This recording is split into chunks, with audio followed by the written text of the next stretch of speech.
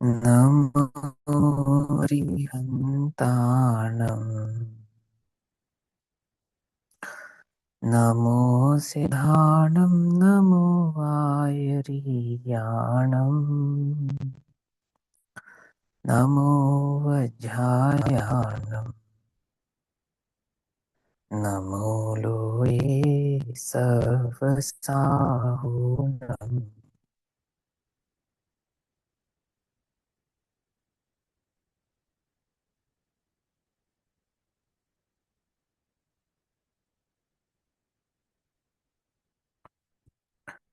मङ्गलं भगवान् वीरो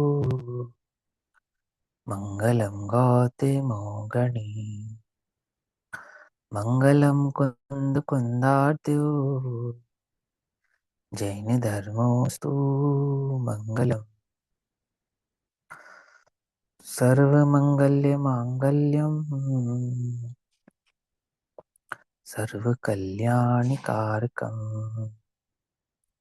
प्रधानां सर्वधर्माणां जैनं जयतु शासनम्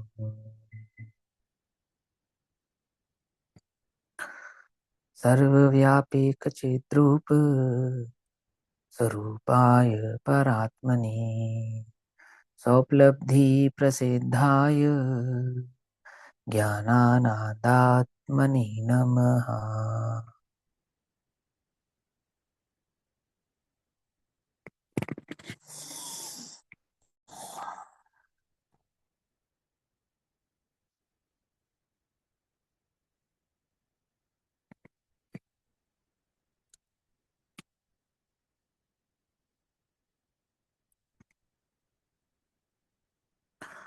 हमारा दोपहर कालीन स्वाध्याय का विषय चल रहा है श्री प्रवचन सारजी प्रमागम। श्री प्रवचन सारजी प्रमागम का स्वाध्याय हम सभी आचार्य अमृतचंद्र देव द्वारा रचित तत्व प्रदीपिका तथा आचार्य जयसेन देव द्वारा रचित तात्पर्य वृत्ति टीका के आधार से कर रहे हैं। भाव चल रहा है कि तत्व प्रज्ञापन दूसरे महाअधिकार के अंतर्गत ज्ञान ये विभाग अधिकार, जिसको सम्यक दर्शन का अधिकार भी कहा गया है, भेद ज्ञान का अधिकार भी कहा गया है। इस भेद ज्ञान के अधिकार में 156 नंबर की गाथा चल रही है और जीव का जो उपयोग लक्षण कहा है वह उपयोग शुभ और अशुभमय होता है।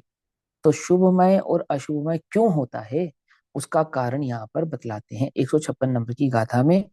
अब यह कहते हैं कि इनमें कौन सा उपयोग पर द्रव्य के संयोग का कारण है, अर्थात कौन से उपयोग में किस द्रव्य के संयोग से उपयोग किसमय किन कारणों से होता है। शुभ उपयोग में शुभ क्यों होता है और उपयोग अशुभमय क्यों होता है, ये भाव यहाँ पर समझाते हैं।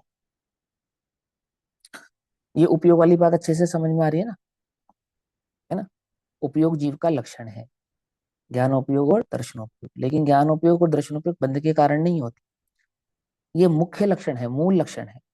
और अन्य जो गुण हैं जिनमें हम भेद करके बतलाते हैं, जैसे श्रद्धा गुण है, चारित्र गुण है, ये हम भेद करके बतलाते हैं ना आत्मा में, ये भेद नहीं होता।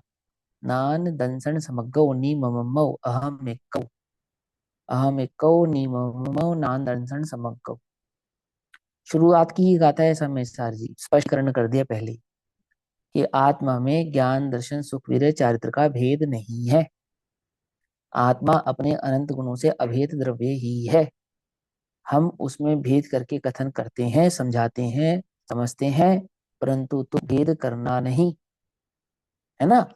तो जब ज्ञान प्रवृत्ति करता है, जैसे वर्तमान में भी ज्ञान प्रवृत्ति कर रहा है, तो श्रद्धा और चारित्र के बिना कर रहा है क्या? कि नहीं कर रहा? कभी भी नहीं करता, कभी भी नहीं करता। मिथ्यात्व की अवस्था में भी नहीं करता और सम्यक की अवस्था में भी नहीं करता।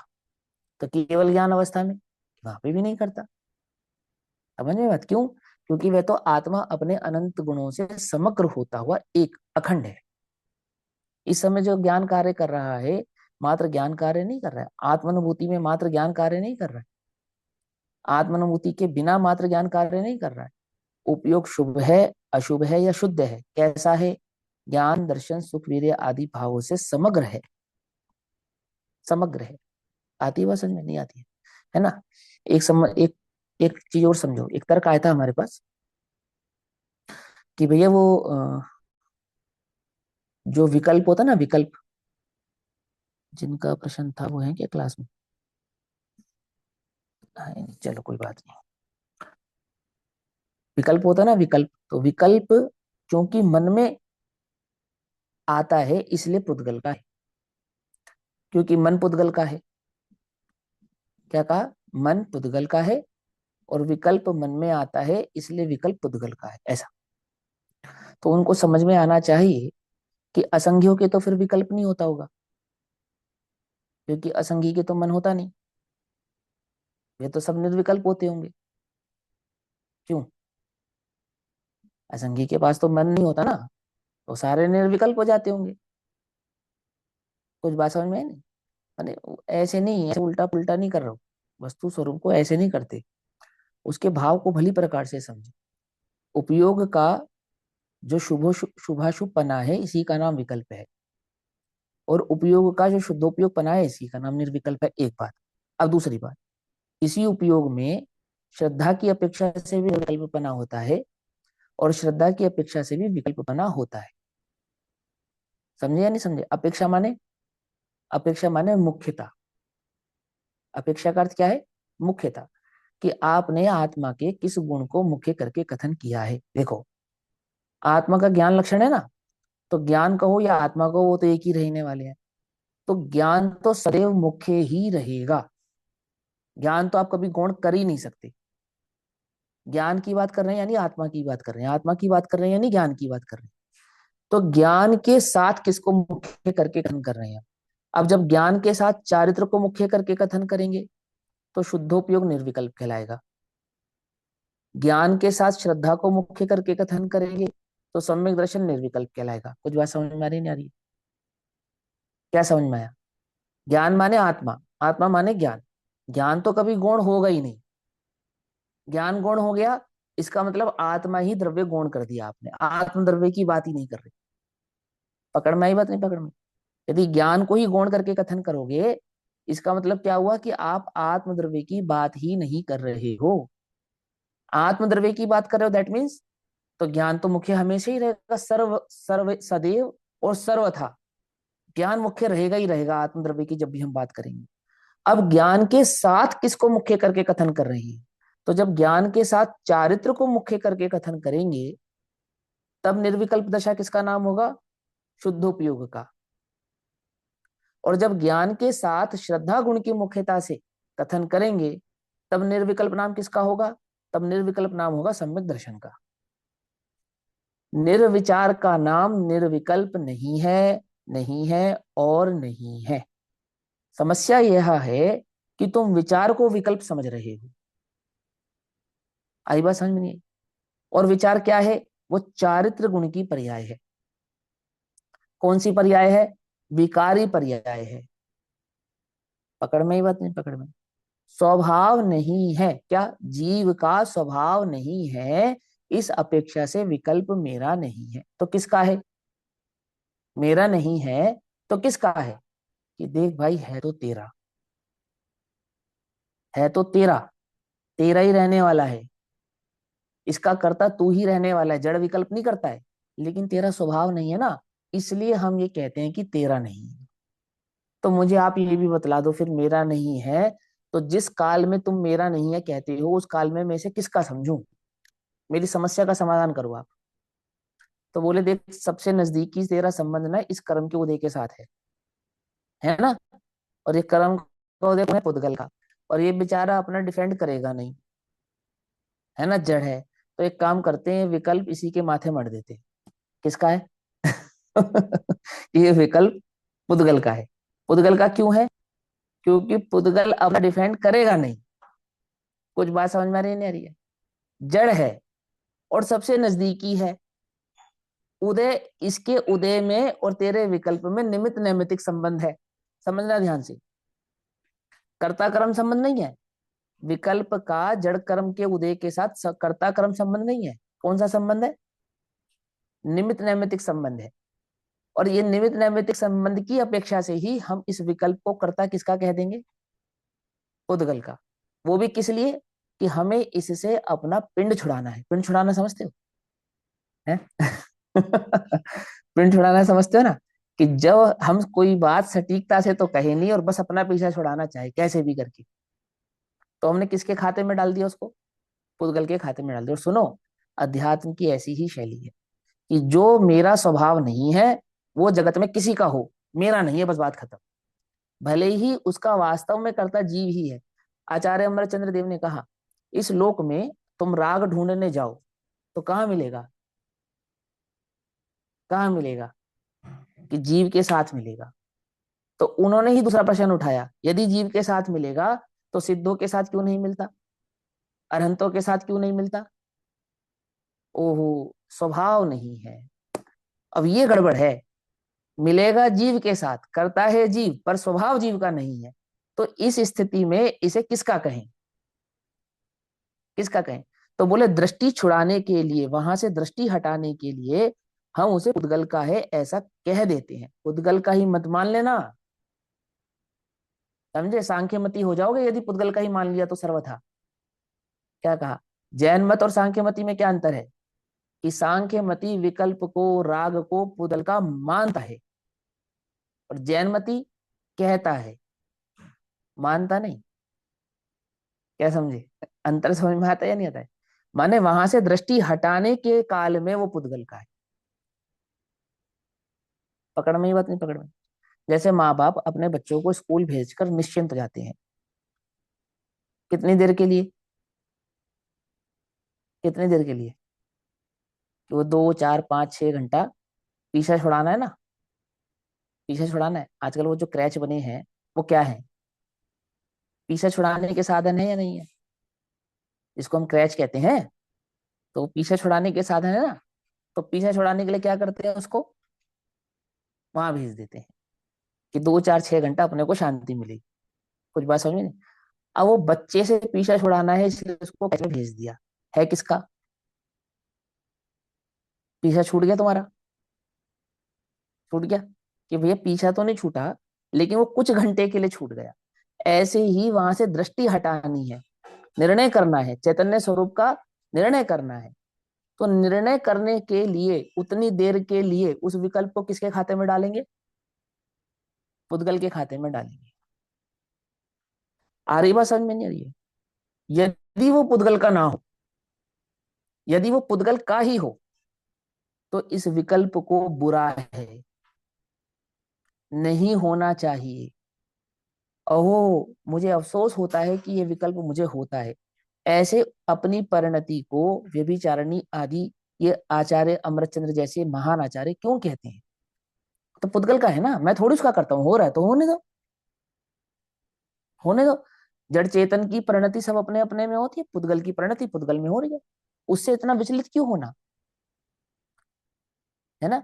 उसको व्यभिचारिणी आदि जैसे शब्दों से संबोधित क्यों करना है? मेरा ही दोष है ऐसा क्यों कहना है? क्यों कहना है? मैं अपना उपयोग अपने स्वभाव में स्थिर नहीं रख पाता हूं, इसलिए मुझे ये विकल्प होते हैं, ये बात क्यों कहनी है? कुछ बात समझ में आ रही है नहीं आ रही है? आप अगर वस्तु के स्वरूप को सही से नहीं समझेंगे तो आप ये समझ लीजिए सांख्य मती ही हैं आप, चाहे आप माने चाहे ना माने। बस इतनी सी बात है, प्रच्छन्न सांख्य मती है, कोटेड। आपके ऊपर कोट तो हो गया जैन मत का, पर अंदर से भीतर से आप सांख्य मती हैं। समझे? ये बात नहीं समझ में? यदि आपने सही प्रकार से उसके स्वरूप को नहीं समझा तो इतना आपको अच्छे से समझ में आना चाहिए। और भी संदर्भ है, लेकिन वो समय अनुसार समझाएंगे। अभी गाथा भैया 156 क्या कहती और है? हाँ भैया, बोलो। यहाँ पे हम कथनचित वर्ड यूज कर सकते हैं ना, कि जैसे राग को जीव का कहना कथनचित चेतन और पुतल का कहना कथनचित अचेतन, ऐसे कथनचित वर्ड यूज हो सकते हैं हाँ यहाँ पे? हाँ, नहीं? बिल्कुल बिल्कुल बिल्कुल ही हो सकता है, बिल्कुल हो सकता है, होता ही है। अपेक्षाकृत बात है ना। हाँ हाँ, मोहित भी आप क्या कह रहे हो? अभी आपने एक हाँ चीज बोलो बताई, भैया जैसे बोलो।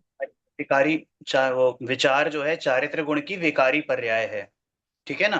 तो अभी हमें हाँ इन गाथाओं में शुभ, अशुभ, शुभ और शुद्ध उपयोग पढ़ रहे हैं, तो वो चारित्र की अपेक्षा से पढ़ रहे हैं, क्योंकि जीव की वहां पर हाँ जैसी बिल्कुल। प्रवृत्ति होती है। तो क्या ये शुभ और जी अशुभ को हम विचार की कोटि में डालेंगे? ये शुभ विचार और जो शुभ उपयोग और अशुभ उपयोग है। बिल्कुल। हाँ बिल्कुल, और विचार की कोटि में डालेंगे बिल्कुल। देखो सुनो, अब सुनो इसका, जो भैया ने प्रश्न पूछा ना, इसका ध्यान से उत्तर समझना। मिथ्या दृष्टि का शुभोपयोग और अशुभोपयोग। मेरी आवाज आ रही सभी को? क्योंकि मेरे पास स्क्रीन स्टिल हो गई है। क्वेश्चन रिपीट करना दोबारा से। सही सही आ रही है और आपकी स्क्रीन भी चल रही है। कोई बात नहीं, चलो। तो मिथ्या दृष्टि का शुभोपयोग और अशुभोपयोग, इसको दो अपेक्षाओं से कहेंगे। श्रद्धा की अपेक्षा से भी कहेंगे और चारित्र की अपेक्षा से भी कहेंगे। पकड़ में बात? क्योंकि मिथ्या दृष्टि को शुद्धोपयोग तो होता ही नहीं, मिथ्या दृष्टि को हमेशा अशुद्धोपयोग ही होता है। पकड़ में ही बात? तो मिथ्या दृष्टि को सदैव अशुद्धोपयोग ही होता है, ऐसा कहेंगे ना। तो यहाँ पे हमने किसकी मुख्यता रखी है? श्रद्धा की मुख्यता रखी है। लेकिन ज्ञानी सम्यक दृष्टि जीव को शुद्धोपयोग और अशुद्धोपयोग दोनों उपयोग होते हैं। तो वहां किसकी मुख्यता है? कि वहां पे चारित्र गुण की मुख्यता है। समझ में आई बात? नहीं समझ में आई? फिर रिपीट करूं? मेरी आवाज आ रही है सभी को? दोबारा दोबारा बता दीजिए। मिथ्या दृष्टि का हाँ मैं दोबारा सा, हाँ मैं सब, हाँ क्वेश्चन रिपीट करना। हाँ हाँ मैं रिपीट करता हूँ कि जब हम मिथ्या दृष्टि के उपयोग की बात करेंगे, तो मिथ्या दृष्टि के उपयोग की बात में हमेशा श्रद्धा गुण की मुख्यता ही रहेगी, हमेशा। और श्रद्धा गुण की मुख्यता रहने के कारण मिथ्या दृष्टि को कौन से उपयोग रहेंगे? शुभ और अशुभ दोनों रहेंगे। तो वो क्या हमेशा कहलाएंगे? अशुद्धोपयोग। वो शुद्धोपयोग कभी नहीं कहलाएगा। आ रही है बात समझ में? मिथ्या दृष्टि का उपयोग हमेशा क्या कहलाएगा? अशुद्धोपयोग। और अशुद्धोपयोग के दो भेद हैं, शुभ और अशुभ। तो मिथ्या दृष्टि को शुभ अशुभ परिणाम होते हैं या नहीं होते हैं? होते हैं। मिथ्या दृष्टि को होते हैं। तो वहां पे कौन से गुण की मुख्यता है? वहां सर्वथा श्रद्धा गुण की मुख्यता से कथन होगा। तो हम मिथ्या दृष्टि को कभी भी क्या नहीं मानेंगे? शुद्धोपयोग मानेंगे ही नहीं। लेकिन यही नियम जब हम ज्ञानी पे लागू करते हैं, सम्यक दृष्टि पे लागू करते हैं, तब सम्यक दृष्टि जीव को शुद्धोपयोग और अशुद्धोपयोग दोनों उपयोग होते हैं। तो वहां पे कौन से गुण की मुख्यता है? कि वहां श्रद्धा गुण की मुख्यता नहीं है, वो चारित्र गुण की मुख्यता है। अब चारित्र में दो भेद होते हैं शुद्ध के, कौन कौन से? कि चारित्र गुण की मुख्यता से शुभ अशुभ परिणाम भी होते हैं और शुद्ध परिणाम भी होते हैं। कुछ अंतर समझ में आया नहीं आया? आया समझ में? हाँ आया समझ क्या में। अंतर समझ में आया तुमको? पर विशुद्ध परिणाम किसे है कहते ना? हैं? विशुद्ध, वो शुद्ध परिणाम को। हाँ, विशुद्धि, विशुद्ध परिणाम कषाय के अभाव के साथ जो शुद्ध परिणति रूप परिणमन रहता है, उसको विशुद्धि कहते हैं। एक कषाय चौकड़ी के अभाव रूप विशुद्धि, दो कषाय चौकड़ी के अभाव रूप विशुद्धि, तीन कषाय चौकड़ी के अभाव रूप विशुद्धि। समझ में बात? तो चौथे गुण स्थान में भी विशुद्धि होती है, पांचवें गुण स्थान में भी विशुद्धि होती है, और छठे सातवें आदि गुण स्थानों में भी विशुद्धि होती है। अब वो जो विशुद्धि है वो परिणामों की, जिनको हम विशुद्धि कह रहे हैं। तो जब हम विशुद्धि की चर्चा करते हैं तो वहां तो कहते हैं कषाय के अभाव रूप विशुद्धि। लेकिन पहले गुण स्थान में विशुद्ध परिणाम होते हैं या नहीं होते हैं? तो चारित्र गुण की और श्रद्धा गुण की अपेक्षा से तो कदापि नहीं होते हैं, क्योंकि दोनों मिथ्यात्व हैं। मिथ्या दृष्टि है वो जीव, कोरा मिथ्या दृष्टि है। लेकिन शुभाशुभ की अपेक्षा से उसमें विशुद्ध का भेद डाल देते हैं कि तीव्र अशुभ परिणामों की अपेक्षा से जो शुभ परिणाम है वो कुछ विशुद्ध परिणाम है। ऐसा अंतर समझ में आया? हाँ तो आप किस बिल्कुल जीव अच्छे की से। चर्चा कर रहे हैं ना, आप किस जीव चर्चा कर रहे हैं, उसकी अपेक्षा उसमें बदल जाएगी। अज्ञानी पे वही नियम श्रद्धा की मुख्यता से लगेगा जब भी लगेगा, चारित्र की मुख्यता से अज्ञानी के ऊपर कोई कथन होगा ही नहीं, क्योंकि वहां पे पहला घड़ा उसका श्रद्धा यानी मिथ्या दर्शन का उल्टा रखा हुआ। जब तक पहला नंबर सीधा नहीं होगा तब तक अन्य गुणों की हम बात ही नहीं कर सकते। अन्य चर्चा कब करेंगे? अन्य चर्चा तो बाद में करेंगे ना। पहले चर्चा क्या करेंगे? पहले चर्चा पहले नंबर की करेंगे। आप दूसरी क्लास में एडमिशन कराने गए तो आपको वहां पे सर्टिफिकेट कौन सी क्लास का जमा कराना पड़ेगा? ये फर्स्ट का। पहली क्लास दूसरी क्लास में बचेगा, फर्स्ट का एडमिशन, फर्स्ट का सर्टिफिकेट देना पड़ेगा ना, तब सेकंड क्लास की बात होगी ना। और फर्स्ट क्लास का आपके पास सर्टिफिकेट ही नहीं है पास आउट होने का उसके, तब आपके सेकंड क्लास का में एडमिशन हो जाएगा बच्चे का? होगा ही नहीं। इसी प्रकार चारित्र की मुख्यता से तो चर्चा तब होगी जब श्रद्धा सही हो जाएगी। अभी तक तो श्रद्धा ही सही नहीं है, तो चारित्र की मुख्यता से तो चर्चा हो ही नहीं सकती। इसलिए जब जब अज्ञानी के संबंध में कथन होगा, जब भी कथन होगा, तो वहां श्रद्धा की ही मुख्यता ही। ज्ञानी के संबंध में जब भी कथन होगा, जहां भी कथन होगा, वहां चारित्र की मुख्यता रहेगी। पकड़ में ही बात। अब जैसे पहले अधिकार में शुभ परिणाम अधिकार, जो पहला महाधिकार है ना, ज्ञान अधिकार, उसका जो चौथा अधिकार है शुभ परिणाम अधिकार, लघु अधिकार, वहां पे एक भवतारी इंद्र को, चक्रवर्ती को, नरेंद्र को, सबको दुखी कहा या नहीं कहा? एक भव अवतारी सम्यक दृष्टि इंद्र हो, चाहे भव मोक्षगामी चक्रवर्ती हो, नरेंद्र हो, है ना, आदि आदि जीव हो, वे सबके सब एक लाइन से दुखी हैं। तो क्यों दुखी हैं? तो वहां पर चारित्र की मुख्यता से कथन, श्रद्धा की मुख्यता से कथन नहीं है। श्रद्धा की मुख्यता से तो तिर्यंच भी सुखी है अगर सम्यक दृष्टि है तो, नारकी भी सुखी है यदि सम्यक दृष्टि है तो, इंद्र आदि की तो बात ही क्या करें। लेकिन चारित्र की मुख्यता से भले ही इंद्र आदि क्यों ना हो, भले ही नरेंद्र आदि क्यों ना हो, परंतु वे सब दुखी हैं। क्यों? क्योंकि सबका उपयोग कैसा है? अशुद्ध है। अब एक जगह तो ज्ञानी के उपयोग को अशुद्ध है ऐसा कहते हैं, और एक जगह ज्ञानी का उपयोग सर्वदा शुद्ध है ऐसा कहते हैं। अब समय से क्या कहेंगे? ज्ञानी सर्वदा निर्बंध है, चौथे गुण स्थान में सिद्ध हो गया, वो दृष्टि मुक्त हो गया।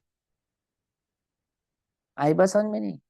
लेकिन उसी ज्ञानी में जब चारित्र की अपेक्षा से कहेंगे तब तब उसे बंद है ऐसा भी कहेंगे। उसी समय सार में क्या कहा है कि भैया ऐसा मत समझ लेना कि चौथे पांचवें छठे गुण स्थानों में बंद नहीं होता है। जब तक कषाय रहेगी, और जितनी कषाय रहेगी उतना उतना बंद भी रहेगा ही रहेगा। आई बात समझ में? तो किस जीव की चर्चा हो रही है उसकी अपेक्षा से ही वहां उपयोग की चर्चा हो।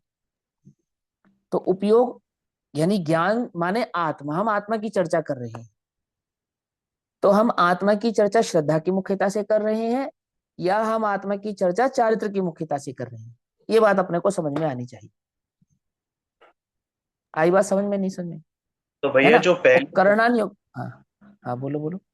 जो पहले गुणस्थान में शुभ और अशुभ उपयोग है श्रद्धा की अपेक्षा, तो वो मतलब विकारी ही है। तो उसको हाँ अब आपने, विकारी है। हाँ विकारी ही है।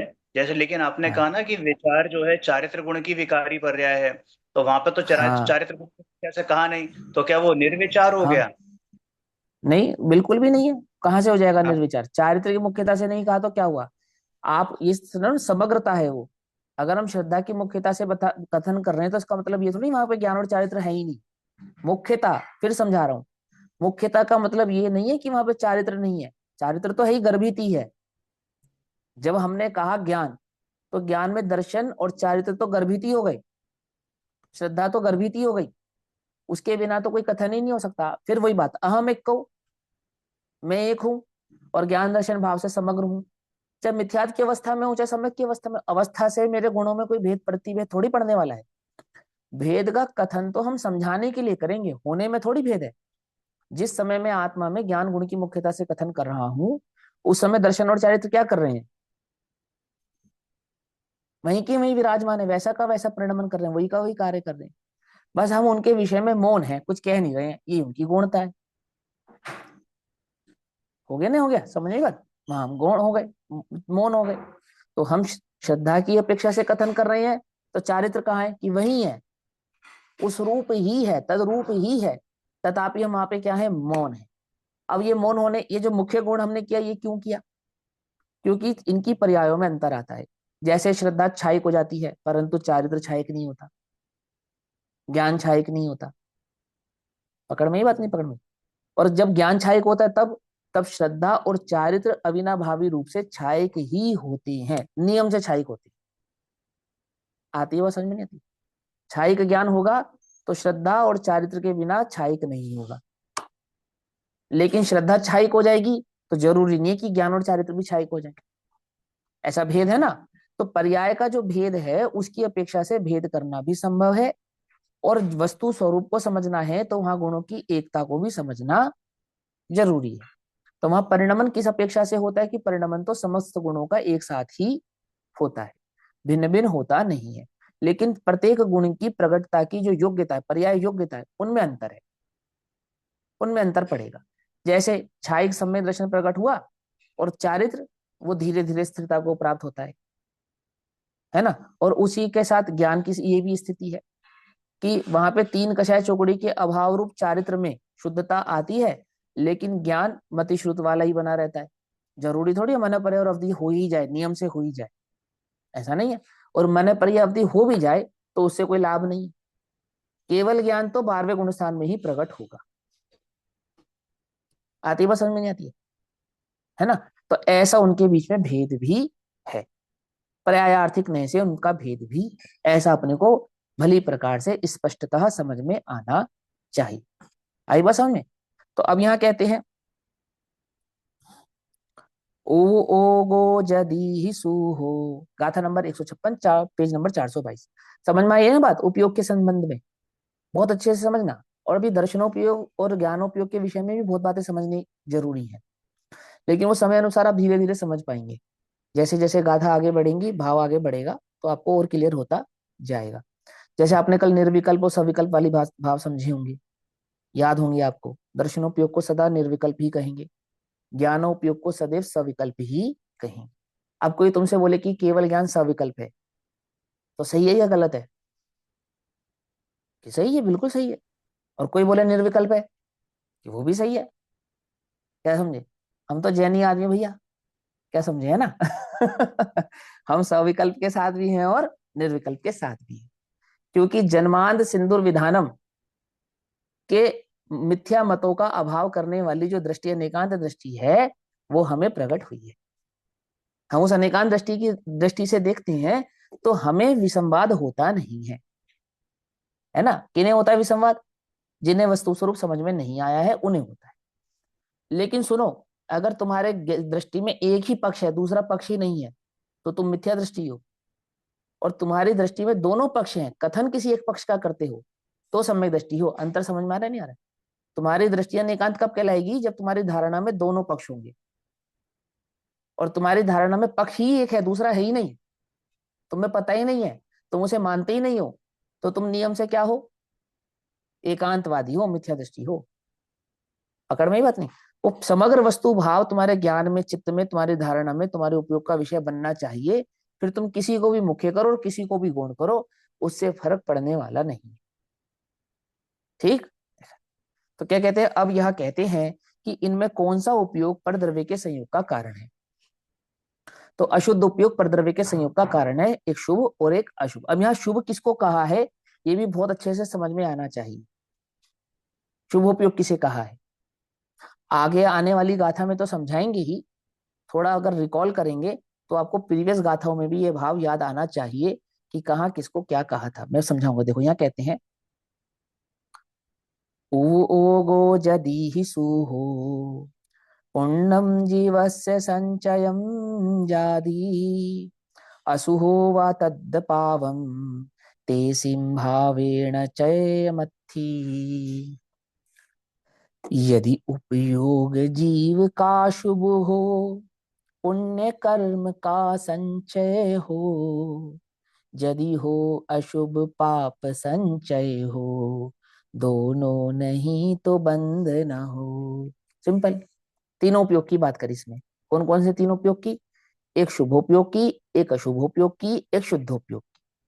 बोले शुभोपयोग रूप जीव का परिणाम होता है तो शुभ का आश्रव होता है, अशुभोपयोग रूप जीव का परिणाम होता है तो अशुभ आश्रव होता है। और जब शुभाशुभ दोनों ही नहीं होते हैं, तब शुद्धोपयोग रूप जीव को अबंध भाव होता है, अर्थात बंध होता नहीं है। उपयोग यदि शुभ हो तो, उपयोग माने ज्ञानोपयोग और दर्शनोपयोग।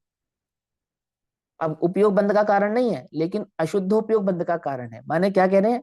चारित्र की मुख्यता से, श्रद्धा की मुख्यता से वह उपयोग बंध का कारण है। ज्ञान बंध का कारण है या नहीं है? कि ज्ञान बंध का कारण नहीं है, परंतु श्रद्धा और चारित्र बंध का कारण है। और वो श्रद्धा और चारित्र ज्ञान का ही अनुसरण करते हैं, इस अपेक्षा से ज्ञान बंध का कारण है। क्या कहा? क्या कहा? समझ में आई बात, नहीं समझ में? जब ज्ञान को श्रद्धा और चारित्र से अलग कर दें तो ज्ञान बंध का कारण नहीं है, जानना बंध का कारण नहीं है। यदि जानना बंध का कारण हो तो सबसे ज्यादा बंध केवलियों को होना चाहिए, केवल ज्ञान है, लोकालोक को जानते। तो फिर बंध का कारण क्या है? कि वह ज्ञान जो श्रद्धा और चारित्र से युक्त प्रवर्तता है। कब प्रवर्तता है? कि सर्वदा प्रवर्तता है। तो वही ज्ञान श्रद्धा और चारित्र की अपेक्षा से बंध का हेतु हो जाता है। ज्ञान स्वभाव से निर्बंध है और ज्ञान ही बंध का कारण है। कब पकड़ में आ रही बात? नहीं पकड़ में आ रही? उल्टा नहीं पकड़ लेना। ज्ञान बंध का कारण है या नहीं है? तो तुम्हें पकड़ में आना चाहिए एकदम से कि ज्ञान का स्वभाव जानना है और जानना बंध का कारण नहीं है, लेकिन वही ज्ञान श्रद्धा और चारित्र की अपेक्षा से बंध का कारण हो जाता है। क्यों? क्योंकि श्रद्धा और चारित्र ज्ञान का ही अनुसरण करते हैं। आ रही बात समझ में नहीं आ रही? मुनिराजों का उपयोग आत्मा में स्थिर नहीं है, तो चारित्र स्थिर नहीं है या ज्ञान उपयोग स्थिर नहीं है? है कि उपयोग स्थिर नहीं है, कहते चारित्र की मुख्यता से। आ रही बात समझ में? माने वो उपयोग स्थिर हो जाए तो उसी का नाम चारित्र है, वो उपयोग स्थिर नहीं होता उसी का नाम अचारित्र है। पकड़ में ही बात? समझ रहे हो? नहीं नहीं समझ रहे हो? चारित्र कुछ करेगा? कुछ नहीं करेगा, सारा पुरुषार्थ ज्ञान करेगा। इस संपूर्ण आत्मा में अखंड रूप से समस्त पुरुषार्थ किसके हाथ में है? टोटल कमांड किसके हाथ में है? किसके हाथ में? ज्ञान के हाथ में है। टोटल कमांड ज्ञान के हाथ में है, टोटल। श्रद्धा अनुसरण करेगी तो ज्ञान का करेगी, चारित्र अनुसरण करेगा तो ज्ञान का करेगा। और ज्ञान सदैव शुद्ध है, बंध का हेतु नहीं है। ऐसा होने पर भी क्योंकि वो सही अनुसरण नहीं करेगा तो वही ज्ञान किसका हेतु हो जाएगा? बंध का हेतु हो जाएगा। समझे या नहीं समझ में ये बात? भैया हम तो मात्र जानना मेरा काम, हमें बंध थोड़ी हो रहा है, हम तो ज्ञाता दृष्टा है। ज्ञाता दृष्टा हो तो बंध नहीं हो रहा है। श्रद्धा और चारित्र किसकी है? ज्ञान तेरा लक्षण है तो श्रद्धा किसका लक्षण है? चारित्र किसका लक्षण है? वो भी तो तेरा ही लक्षण है। कुछ बात समझ में नहीं? सिर्फ ज्ञान तेरा लक्षण नहीं है, ज्ञान की श्रद्धा वो भी तेरा ही लक्षण है, ज्ञान की स्थिरता वो भी तेरा लक्षण है। ज्ञान पर में आसक्त हुआ है तो तू आसक्त हुआ है, और ज्ञान पर में आसक्त ना होकर स्वभाव में स्थित हुआ है तो वो तू ही स्थित हुआ है। कि नहीं नहीं वो तो चारित्र का काम है, वो तो श्रद्धा का काम है। श्रद्धा और चारित्र पड़ोसी है, थर्ड पार्टी है। अपने आप करेंगे जो करेंगे, वो कुछ नहीं करेंगे। इस आत्मा में जो कुछ करेगा कौन करेगा? ज्ञान करेगा। इसीलिए श्रद्धा और चारित्र की अपेक्षा से उपयोग बंध का कारण हो जाता है। पकड़ में बात? उपयोग आत्मा का लक्षण है, उपयोग ही निर्बंध होने का कारण है, उपयोग ही बंध का कारण है। बंधे बंधे एक रागादिक अशुद्ध चारित्र से नहीं, बंधे एक रागादिक अशुद्ध श्रद्धान से नहीं, तो फिर बंधे एक रागादिक अशुद्ध उपयोग से। समझे? जीव कहाँ, उपयोग जहां। पर में कौन गया है?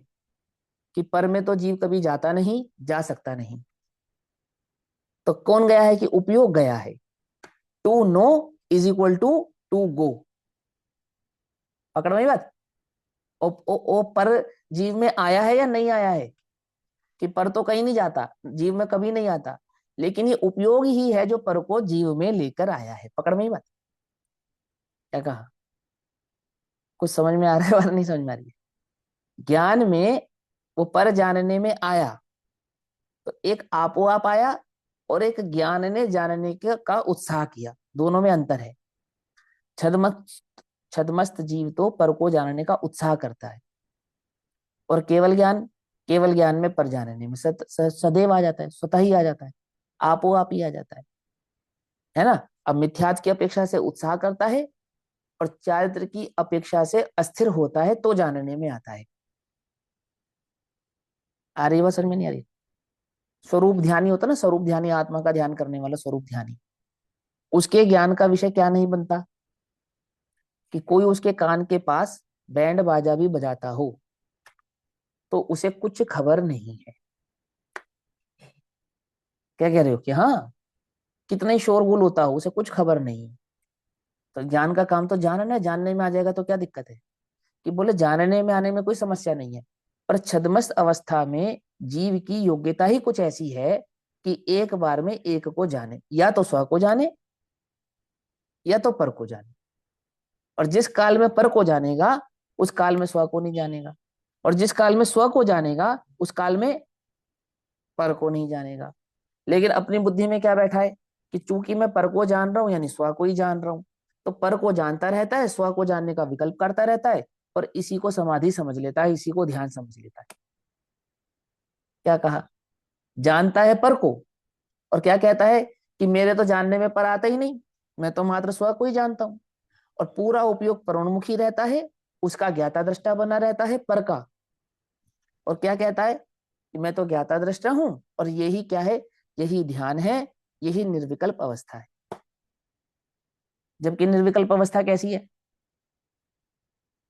शुद्धोपयोग की अपेक्षा से आत्मा के सिवा कुछ जानने में नहीं आएगा, और श्रद्धा की अपेक्षा से मैं आत्मा हूं, ऐसा अपनापन उस आत्मा में सम्यक दर्शन के साथ प्रकट हुआ है, तो वो निर्विकल्प है। समझ में आई बात? नहीं समझ में आई? पूरी बात समझ में आ रही है या नहीं समझ में आ रही है? कहीं कोई कंफ्यूजन हो, कहीं कोई बात समझ में ना आए तो क्लियर करना, छल ग्रहण नहीं करना, ठीक है ना? जितने काउंटर क्वेश्चन करने का मन करे उतने करना, घबराना नहीं। मैं तो बिल्कुल एकदम ये पूरे दावे के साथ कह रहा हूं कि मैंने घोट के पिया इसे, है ना? मैं तो हर तरीके से सिद्ध करने तैयार हूं, लेकिन मैं वहां ऐसा कहा है, वहां ऐसा कहा है, वहां ऐसा कहा है, उलझाना मैंने इसमें नहीं उलझाना चाहता। ये टोटल सिनेरियो तुम्हें समझ में आना चाहिए कि इतनी बात है, ये ज्ञान में तुम्हारे अच्छे से स्पष्ट होनी चाहिए। देखो यहाँ कहते हैं, उपयोग यदि शुभ हो तो जीव के पुण्य संचय को प्राप्त होता है। क्या होता है? जीव के पुण्य के संचय रंचेती अर्थात पुण्य का बंध होता है। और यदि अशुभ हो तो पाप का संचय होता है। उन दोनों का अभाव में संचय नहीं होता, अर्थात कर्म का बंध नहीं होता। जब शुभोपयोग और अशुभोपयोग दोनों ही ना हो तो क्या नहीं होता? पाप का बंध नहीं होता। अब वो शुद्धोपयोग क्या होता है वो भी समझाएंगे, लेकिन पहले इतनी सी बात समझ लो कि शुभ होगा तो शुभ का आश्रव, अशुभ होगा तो अशुभ का आश्रव, और शुभ अशुभ दोनों ही नहीं होंगे तो शुद्ध का आश्रव। शुद्ध का आश्रव अर्थात निराश्रव, है ना? ऐसा। तो यहाँ आचार्य अमरचंद्र देव टीका करते हैं कि जीव के पर द्रव्य के संयोग का कारण अशुद्ध उपयोग है। जो पर द्रव्य का संयोग किसको कह रहे हैं? ये जीव को जो शरीर आदि प्राप्त हुए हैं, इस जीव को जो 8 कर्म आदि का आश्रय हुआ है, 9 कर्म आदि के संयोग बने हैं, 4 गति 84 लाख योनि की अवस्था प्राप्त हुई है, असमान जाति द्रव्य पर्याय जो इस जीव को प्राप्त हुई है। क्यों हुई है? पकड़ मारी बात? असमान द्रव्य जाति पर्याय का स्वरूप समझा रहे हैं ना पूरा, तो वो क्यों हुई है? बोले उपयोग के कारण हुई है। कौन से उपयोग के कारण हुई है? बोले शुभाशुभ उपयोग के कारण हुई है। वो शुभाशुभ उपयोग के कारण क्या होता है कि जीव को पर द्रव्य का संयोग का कारण अशुद्ध उपयोग है। पकड़ में आई बात? द्रव्य कर्म 9 कर्म का कारण कौन है? अशुद्ध उपयोग। प्रवचन सार के हिसाब से या समय सार के हिसाब से? कि समस्त सारों के हिसाब से, नियम सार के हिसाब से भी, प्रवचन सार के हिसाब से भी, समय सार के हिसाब से भी, पंचास्तिकाय के हिसाब से भी, इस जीव के आश्रव का एकमात्र कारण उपयोग की अशुद्धता है। कि कैसी बात करते हो? उपयोग में उपयोग है, उपयोग में पर वस्तु ना, क्रोधादि ना, है? कि हमने तो यही पढ़ा है कि उपयोग में कुछ नहीं होता, कि तुमने वहां उपयोग ज्ञान की अपेक्षा से पढ़ा है, मात्र ज्ञान।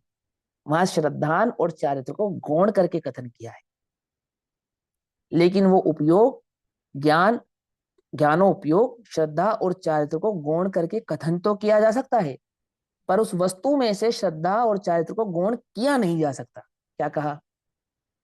शक्कर में से सफेदी को गौण करके मिठास को मुख्य करके कहा तो जा सकता है, लेकिन शक्कर में से सफेदी को और मिठास को अलग अलग नहीं किया जा सकता। अंतर समझ में आ रहा है या नहीं आ रहा है? क्या कहा? जीव का ज्ञानोपयोग श्रद्धा और चारित्र के बिना कभी होता ही नहीं है। हाँ, हम कथन करेंगे ना जब, तो भिन्न भिन्न करके कथन करेंगे, लेकिन हमने कथन करा तो भिन्न हो गया? होता ही नहीं है, हो ही नहीं सकता। समझे? क्योंकि तुझे ज्ञान स्वभाव का निर्णय कराना है, क्योंकि तुझे ज्ञान स्वभाव की दृष्टि करानी है, तो अन्य भावों को गौण करना पड़ता है समझाने की। और तू मिथ्या समझेगा तो हम तो पहले ही कह चुके हैं तुमसे। क्या कह चुके हैं? कि भैया तुम छल ग्रहण मत करना, हम तो सावधानी रखेंगे, तुम समझने की सावधानी रखना, हम समझाने की सावधानी रखेंगे, लेकिन तुम समझने की सावधानी रखना। जो नियम हमने तुम्हें पहले बताए हैं, आगे जाके उनको भूल नहीं जाना। आई बात समझ में? जो नियम हमने तुमको पहले बताए हैं, क्या करना आगे जाके, उन्हें भूल नहीं जाना।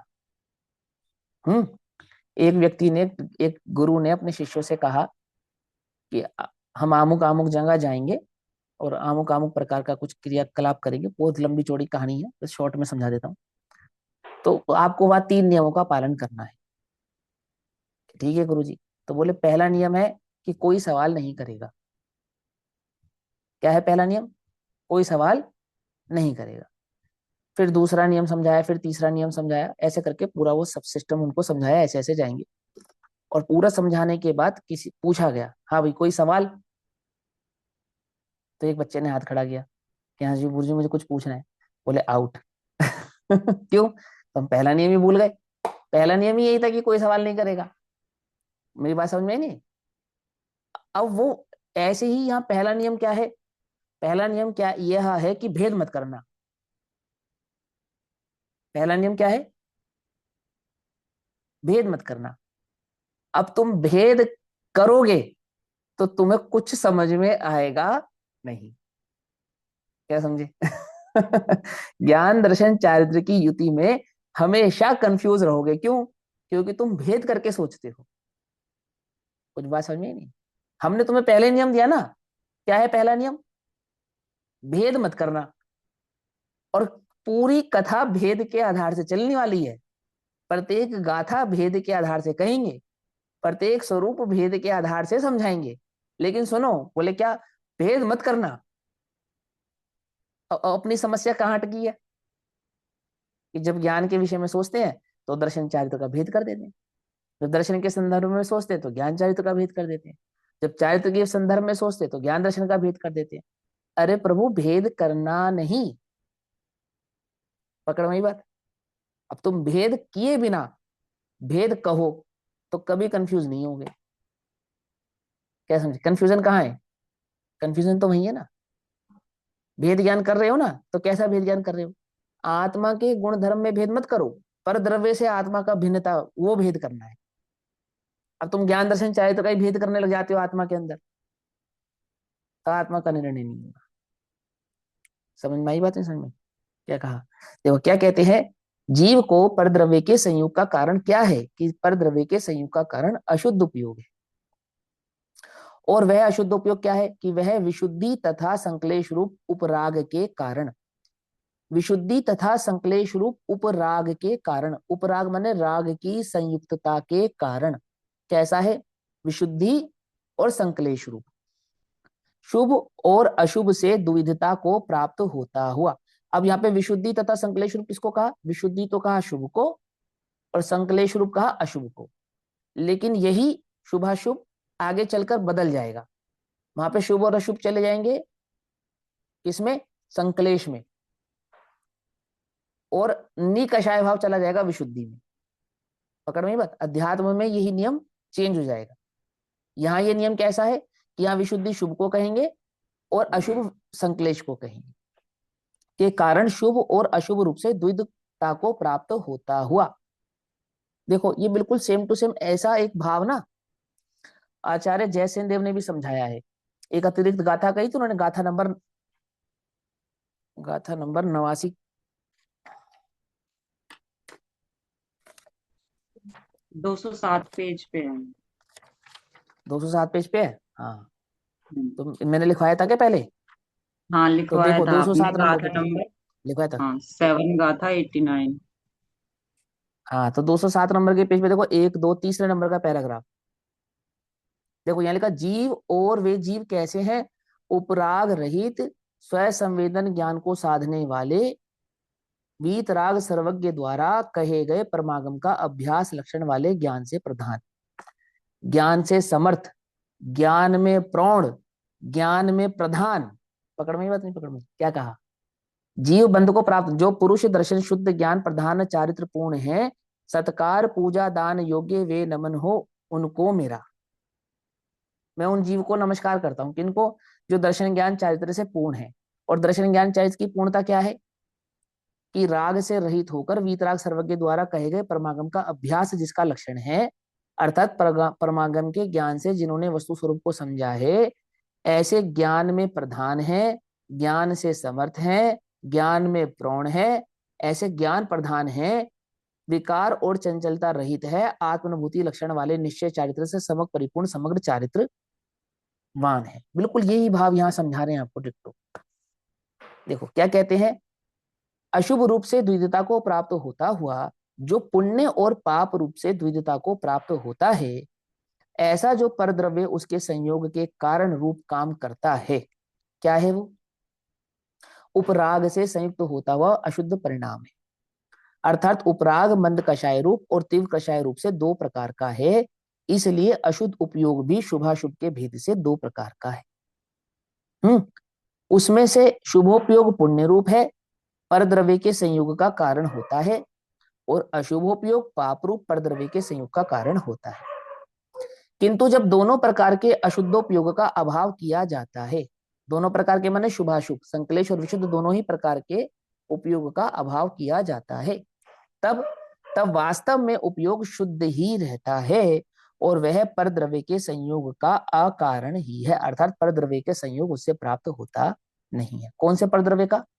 ना द्रव्य कर्म और ना ही नो कर्म, समझे? दोनों।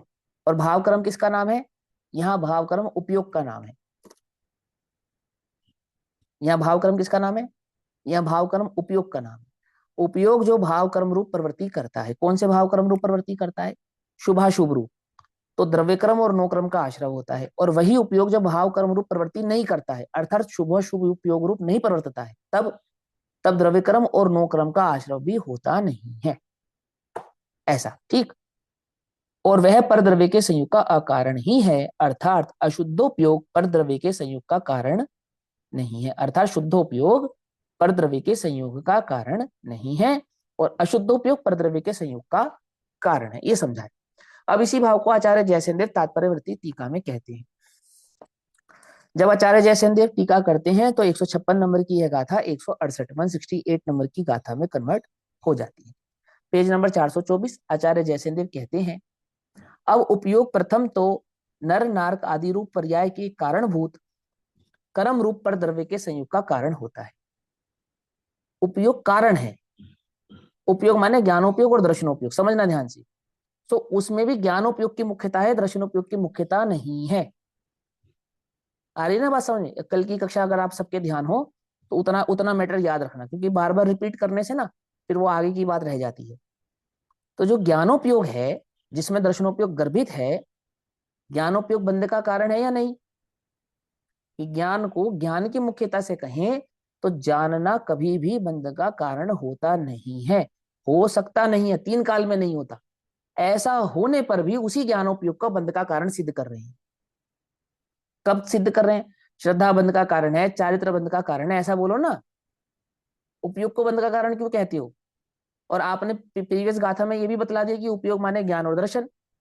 तो हम तो यही समझते हैं कि ज्ञान और दर्शन कभी बंध के कारण नहीं होते, है ना? कि भाई तुम फिर वही भेद करके कथन कर रहे हो ना। हमने तुमसे कहा ना, पहला नियम क्या है? अभेद। समझे नहीं समझे? तो पहला नियम मत भूलो। क्या नियम है पहला? अभेद। तो ज्ञानोपयोग बंध का कारण कब होता है? कि वो ज्ञान बंध का कारण श्रद्धा और चारित्र की अपेक्षा से ही होता है, और श्रद्धा और चारित्र की अपेक्षा उस ज्ञान में से कभी जाती नहीं है, कभी हटती नहीं है। कभी गौण कथन में कर दें पर वस्तु के स्वरूप और स्वभाव में वो कभी गौण भाव को प्राप्त होती नहीं है, हमेशा युत रहेगा उसके साथ। और ज्ञान की प्रवृत्ति ही श्रद्धा और चारित्र की प्रवृत्ति को समझाएगी। मिथ्यात्व की अपेक्षा से श्रद्धा की प्रवृत्ति समझाती है, और ज्ञान की वही उपयुक्तता पर में आसक्ति श्रद्धा की अपेक्षा से, और पर में स्थिर या अस्थिरपना तो चारित्र की अपेक्षा से समझाई जाती है। ठीक। तो कहते हैं उपयोग प्रथम तो नर नारक आदि जो रूप पर्याय हैं, उन पर्यायों के कारण रूप असमान जाति द्रव्य पर्याय का कारण कौन है? 8 कर्मों का आश्रम। तो कारण, कारण का कारण और कारण के कारण का कारण, तो पहला कारण कौन है? अशुद्धोपयोग। अशुद्धोपयोग के कारण क्या होता है? अशुद्धोपयोग के कारण 8 कर्मों का आश्रव होता है, और 8 कर्मों के आश्रव के कारण क्या होता है कि नर नारकादि पर्यायों की प्राप्ति होती है। पकड़ में आई? तो पहला कारण, दूसरा कारण और तीसरा कारण। कारण, कारण और कारण। आंटी जी याद होगा आपको, माला आंटी आपका प्रश्न था कि भैया व्यवहार किसको कहेंगे? तो ध्यान मूल से व्यवहार याद। कौन हो गया सब, है ना? तो मूल व्यवहार कौन हुआ? मूल व्यवहार है 8 कर्मों का जो संबंध है आत्मा के साथ। और मन वचन काया की प्रवृत्ति क्या है? वो व्यवहार का भी व्यवहार है। ठीक। आई बात समझ में? पहला कारण है उपयोग की अशुद्धता, दूसरा कारण है 8 कर्मों का आश्रव, और वो 8 कर्मों के आश्रव जो दूसरा कारण है वो तीसरे कारण का कारण है। तीसरा कारण क्या है? नर नारक आदि पर्यायों की प्राप्ति। यानी शरीर मिला तो क्यों मिला? 8 कर्मों के कारण मिला। और 8 कर्म किसके कारण मिले? उपयोग की अशुद्धता के कारण मिले। और उपयोग की अशुद्धता क्यों होती है? क्योंकि शुद्धोपयोग नहीं होता। और शुद्धोपयोग होने का क्या कारण है?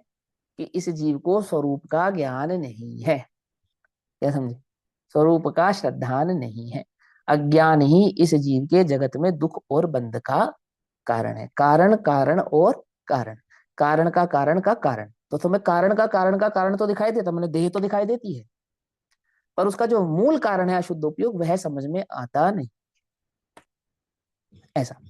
तो अब प्रथम उपयोग प्रथम तो नर नारकादि रूप पर्याय के कारणभूत कर्म रूप पर द्रव्य के संयोग का कारण होता है। कारण के कारण का कारण होता है।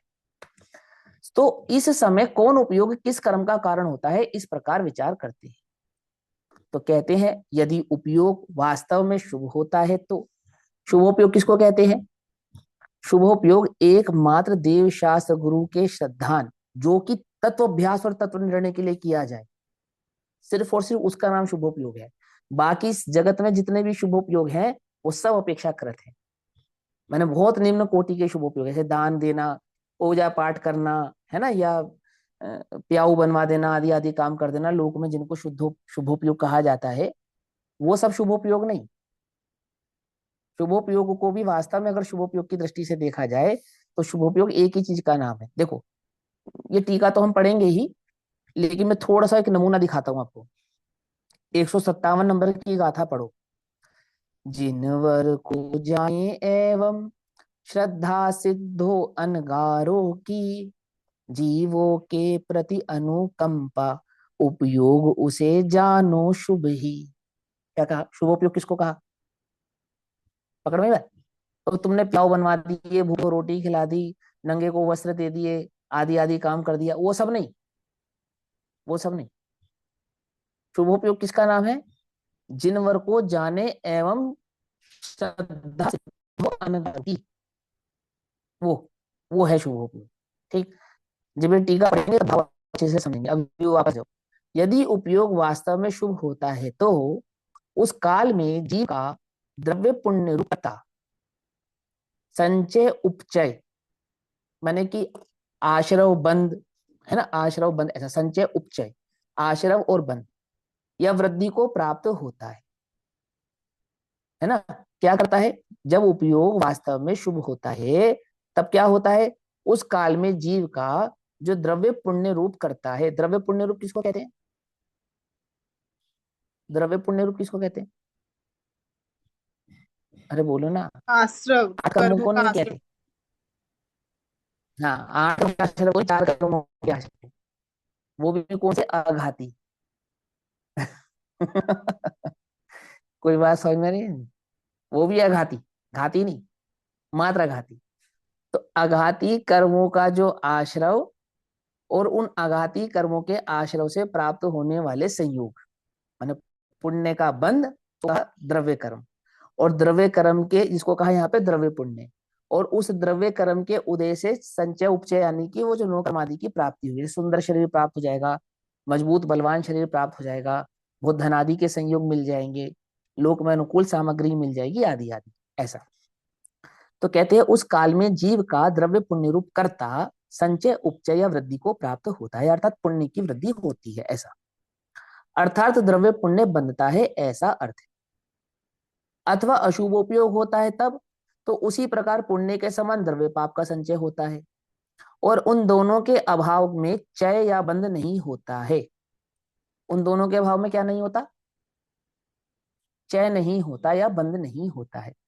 तुमने ये नाम सुना प्रत्यय, ऊर्ध्व प्रत्यय, तिर्यक प्रत्यय, है ना?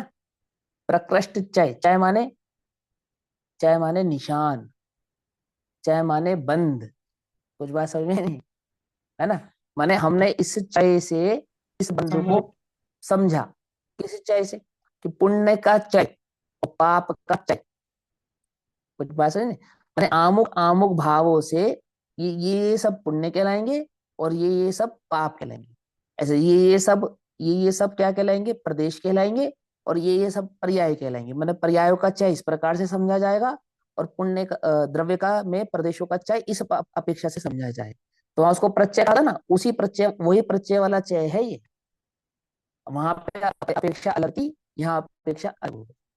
तो देखो यहाँ कहते हैं अथवा शुभोपयोग होता है तो उसी प्रकार पुण्य के समान द्रव्य पाप का संचय होता है। उन दोनों के अभाव में क्या नहीं होता? चय नहीं होता, चय या बंध नहीं होता। ठीक। निर्दोष निज परमात्मा की भावना रूप, अब आचार्य जयसेन शुद्धोपयोग भी समझा रहे हैं किसको कहते हैं, कि निर्दोष निज परमात्मा की भावना रूप। अब आचार्य जयसेन देव जब भावना शब्द का इस्तेमाल करते हैं तो भावना रूप कहने का सीधा सीधा अर्थ उनका शुद्धोपयोग ही होता है, आत्मानुभूति ही होता है। भावना कहने का अर्थ वहां पे आत्म संबंधी विचार नहीं है, आत्म संबंधी भाव नहीं है। आचार्य जयसेन देव की आत्म भावना का अर्थ है आत्मा का अनुभव। तो यहाँ कहते हैं निर्दोष परमात्मा की भावना रूप शुद्धोपयोग के बल से जब उन दोनों शुभ और अशुभ उपयोग का अभाव किया जाता है, अर्थात आत्मानुभूति के बल से जब शुभ शुभ उपयोग से अपने उपयोग को हटाया जाता है, तब दोनों ही प्रकार के संचय या कर्मबंध नहीं होता है। ऐसा अर्थ यहाँ पर जानना चाहिए। ठीक। इस प्रकार शुभोपयोग, अशुभोपयोग तथा शुद्धोपयोग तीनों के समान कथन रूप से दूसरे स्थल में दो गाथाएं यहाँ पर पूर्ण होती। अब गाथा नंबर 157।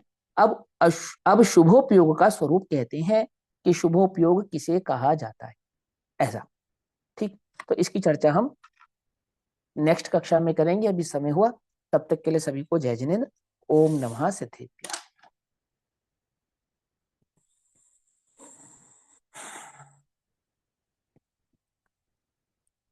निज निधि निज में बताई, यह अनंत उपकार है, उसके लिए जिनवाणी माँ को वंदना शतबार।